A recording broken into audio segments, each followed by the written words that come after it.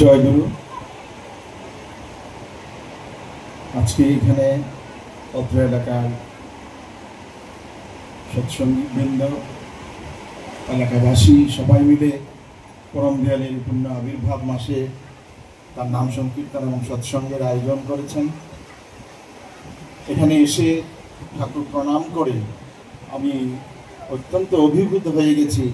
প্রত্যেকে ভক্তি ঢেলে দিয়ে ঠাকুরের এই আসন সাজিয়েছেন। এত সুন্দর, এত পরিচ্ছন্ন, এতখানি নিখুঁত। এখানেই ঠাকুর থাকেন।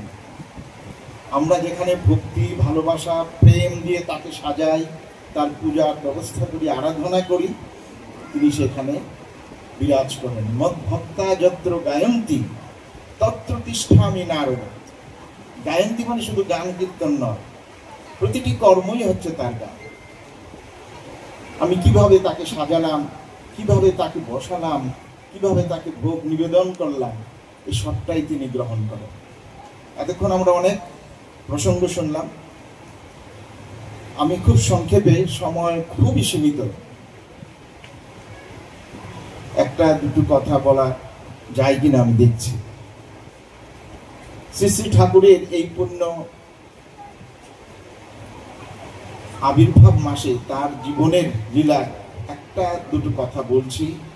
তার কাছে সবসময় মানুষ বসে থাকতো, ঘিরে থাকতো। তার এই ভুবন ভুলানো রূপ কেবল দেখতে ইচ্ছা করত। তার কথা শুনলে প্রেমে বিগলিত হয়ে যেত মানুষ। একবার এক ভক্তরা ঠাকুরকে বলছেন, ঠাকুর, আমরা তো এই জীবনে ভালো মন্দ অনেক কিছু করেও আপনার চরণে ঠাঁই পাচ্ছি, কিন্তু পরবর্তী জীবনে কি আপনার চরণে ঠাঁই পাব? আপনার কথা শুনেও, আপনার সৎ দীক্ষা গ্রহণ করেও আমরা অনেক মন্দ করে বসি, পরবর্তীকালে কি ঠাঁই পাব? তো ঠাকুর বললেন, শোন, কলকাতার গঙ্গা দেখেছিস? গঙ্গায় অনেক নোংরা, অনেক আবর্জনা, অনেক কিছু থাকে, যেগুলো নিয়ে স্রোতে টানে ভেসে যায়। গঙ্গার ওই সাগরমুখী গতি থাকার জন্য সবকিছু নিয়ে সে সাগরে গিয়ে পৌঁছায়। তোদেরও যদি ইষ্টমুখী গতি থাকে, ইষ্টমুখী গতি থাকলে ভালো মন্দ যাই থাক, মহা পাপ থাক, তোরা পরম পিতার দরবারে স্থান পাবেই পাবে। এই কথা বলে তিনটি কথা বললেন। শোন, মন্দকে প্রশ্রয় দিবি না, কখনো মন্দকে প্রশ্রয় দিবি না,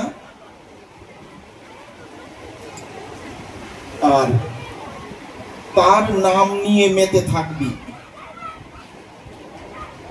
মন্দকে প্রশ্রয় দিবি না, তার নাম নিয়ে মেতে থাকবি, তাহলে দেখবি তোরা পরম পিতার চরণেই আছিস। এই যে তুপ দিয়ে দিলেন, আজকের যে সৎসঙ্গের চেহারা, তাকে নিয়ে মেতে থাকারই চেহারা। এই প্রত্যেক দাদারা, মায়েরা, ভাইয়েরা, বোনেরা তাকে নিয়ে মেতে আছেন। এখানে অনেক মায়েরা আছেন। ঠাকুর বাড়ির একটা ঘটনা বলছি।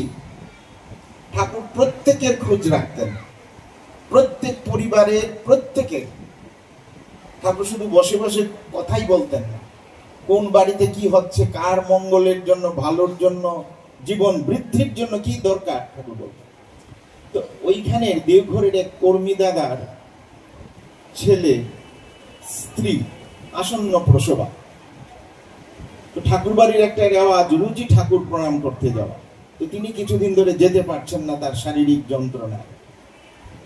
তো সেই ওনার ছেলের স্ত্রী খেতে চাইছেন শাপলার ঝোল, শাপলার ডাটা দিয়ে যে ঝোল করে খায়, সেটা খেতে চাইছেন।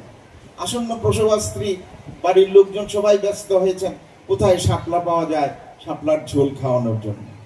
খোঁজাখুঁজি শুরু হচ্ছে, দেওঘর বাজার, কোথাও পাওয়া যাচ্ছে না। বেশ কিছুদিন ধরে খোঁজাখুঁজি চলছে।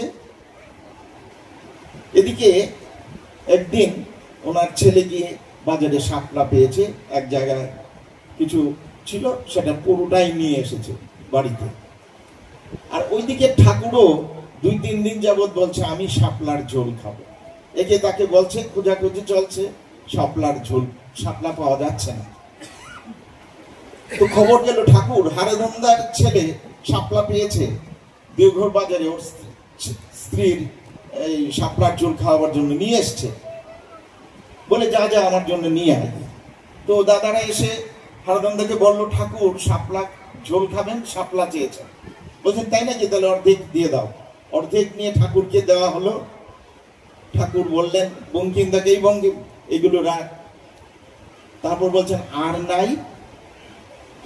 বলছে আবার খোঁজ করি গিয়ে, আবার গিয়ে বললো আর আছে নাকি ঠাকুর চাইছেন। তার থেকে আরো কিছু দিয়ে দেওয়া হলো। 2টো শাপলা রেখে ছেলের স্ত্রীর জন্য বাকি সবগুলো দিয়ে দিল।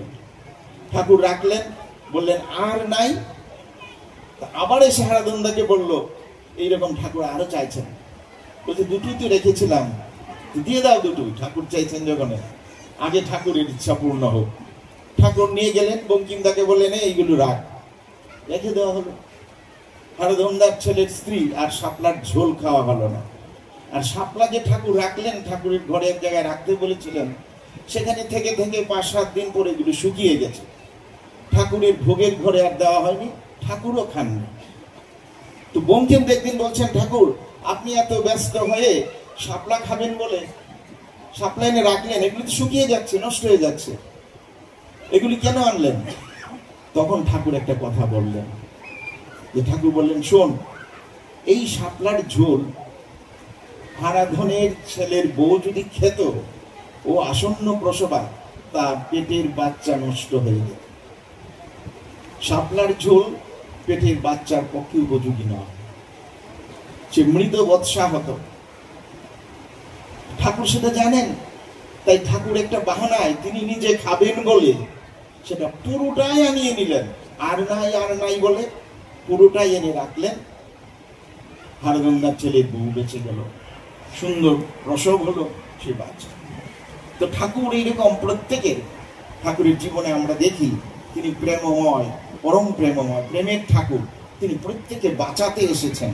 তার প্রত্যেকটি কথা, প্রত্যেকটি নির্দেশ, প্রত্যেকটি আচরণ আমাদের জীবন বৃদ্ধির জন্য। আজকে এইটুকু বলেই আমি শেষ করছি। আমরা সবাই তার কথাগুলো পালন করে, ইষ্ট নির্দেশ পালন করে তার আশীর্বাদের অধিকারী হব, আচার্যদেবের আশীর্বাদের অধিকারী হব। সবাই ভালো থাকবেন, সুস্থ থাকবেন। জয় গুরু।